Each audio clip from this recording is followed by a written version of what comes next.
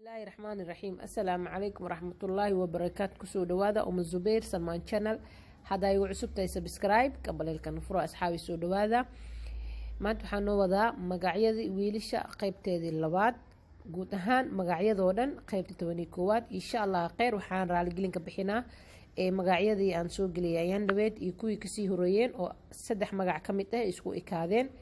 insha allah kheyr, laakiin mar kale ma dhici doonto in magac aan hor usoo geliy aan haddana mar kale aan soo celiyo. insha allah soo dhawaada asxaabi. qofka biniaadin waaye. magaceena ugu horeeyo oo wiileed waa raaqib waaye.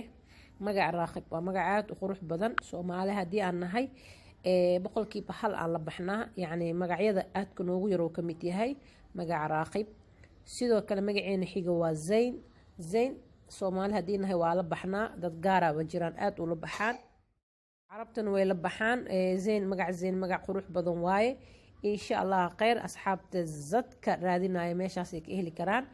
magaceena xiga waa caazim.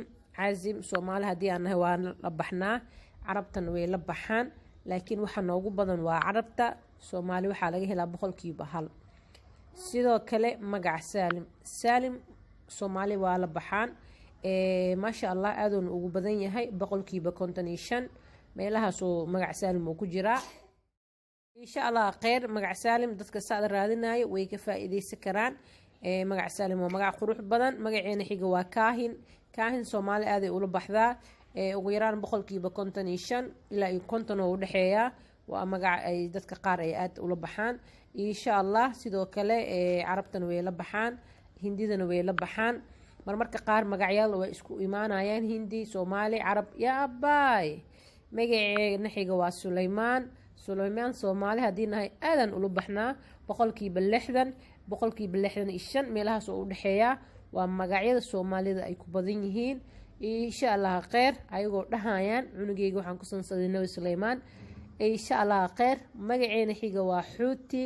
xuuti soomaali way la baxaan, dadka qaara wil aad ula baxaan, inkastoo uu yaryahay. magacyada aadka noogu yar 45 ilaa iyo 40 oo udhexeeya magaca xuuti. sidoo kale magaca saalax. saalax soomaali way la baxaan, aad iyo aadayna ula baxaan, ugu yaraan boqolkiiba 70 ilaa iyo boqolkiiba 65 oo udhexeeya. magaca saalax waa nabi saalax waaye, saa horan igu sheegay asxaabe. insha allah kheyr, soo dhawaada meel walbaa joogtiin. magaceena xiga waa jiyaad waaye. jihaad manidhahooyi waa jiyaad waaye. jiyaad waxa waaye magac soomaalida aad ugu yar, sida saan hor u sheegay waa magacyada halka laga helaayo, boqolkiiba hal laga helaayo. insha allah kheyr, qofka oo daneynaya waa ka faa-iideysan karaa. magaceena xiga waa shaakir. shaakir soomaali way la baxaan, carabtana way la baxaan, turkida way la baxaan, hindidana way la baxaan. insha allah kheyr, qofkii oo jeclaada magac waa baxsan karaa haddii uu yahay magac aad u fiican. insha allah kheyr, magaceena xiga waa rashaad waaye. rashaad sidoo kale carabta aaday ugu baxaan, ula baxaan. soomaalida labadii carabta ku dhaqmeen magac rashaad way la baxaan. insha allah kheyr, dhammaantood waa magacyo aan kala dhicin.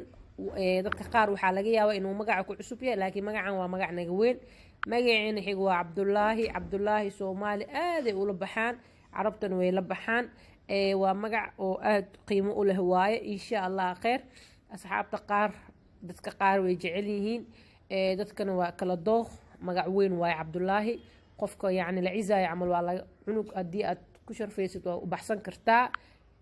sidoo kale magaceena xiga waa maca.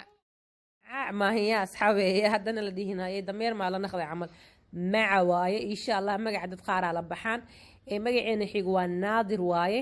nadiir ma aha, waa naadir waaye, maadaama oo da jirin aan wax ka dhigi saas ula socdo asxaabe. naadir waaye magaca dhabaaqitaanka, laakiin qoraalkiisa naadir uu naqanaa. insha allah kheyr, magaceena xiga waa asfaad waaye. asfaad waa magac qurux badan. ani ahaan waa aadan ugu helay magaca asfaad. waa magac aad iyo aad u qurux badan, carabtana way la baxaan, soomaalina maba ku arkin magaca asfaad. magaceena xiga waa saabir. soomaalina aaday ula baxaan magaca saabir, carabtana way la insha allah kheyr, dhammaantood waa magacyo qurux badan. aan ku dhahay cunug qurux badan hadaa dhashaan ku dhahay magac qurux badan aa u bixisa, yaa abaay waa sheekada kow dhaha qurux socdoo naqanaa cunugaas. marka intaadan dhalin ka hor cunugaaga magaciisa diyaarso. insha allah kheyr, soo dhawaada. magaceena xiga waa mustaf. mustaf soomaali waa la baxnaa. inkastoo nagu badneen laakiin boqolkiiba 45 ilaa 50 oo u dhexeeya magaca Mustaf waa magac qurux badan carabtana way la baxaan insha Allah khayr turkidana way la baxaan asxaabe magaceena xiga waa Ismaaciil Soomaali way la baxaan aad iyo aad ay ula baxaan boqolkiiba 70 ilaa marmarka qaar 75 oo gaaraa haddii waa la tirinaa dadka la dhaho dhammaan waa la baxaan insha Allah khayr waa magac qurux badan sidoo kale magaca Ayuubna Soomaali way la baxaan insha Allah khayr inkastoo noogu badneen adi boqolkiiba 50 ilaa boqolkiiba wuxuu u dhaxeeyaa 40 magaca Ayuub ma laga waynayo Soomaali sidoo kale Isxaaqna waa magacyada Soomaali ay la baxaan inkastoo noogu badneen asigana oo u dhaxeeyo 45 ilaa 35 insha Allah khayr dhamaantood waa magacyo qurux badan qof kasto daneynayo waa baxsan karaa nin kasto dooqo leeyahay marka adiga dooqaagan waa ka ciyaar kartaa magaceena xiga waa Ruqa waaye Ruqa Soomaalida aad ay ugu yartahay inkastoo aanba arkin wili qof Ruqa la dhahayo laakiin carabta iyo wax way la baxaan turkida way la baxaan dadka qaar Ruqa waxay ka saayin fadhiisa camal insha Allah khayr yani dadka waa Soomaali waa la isleeyahay laakiin nin walba afkooda wataa marka saasay tahay waxaan iga codsanahay haddii aad ka hesheen like ii saartaan commentiga dhiirigelinteena waaye subscribe-kana Soomaaliye dhacdhacdhac igu siiya janaalkayga kalena subscribe ii saara waa Subayr Salmaan 2 salaam calaykum waraxmatullahi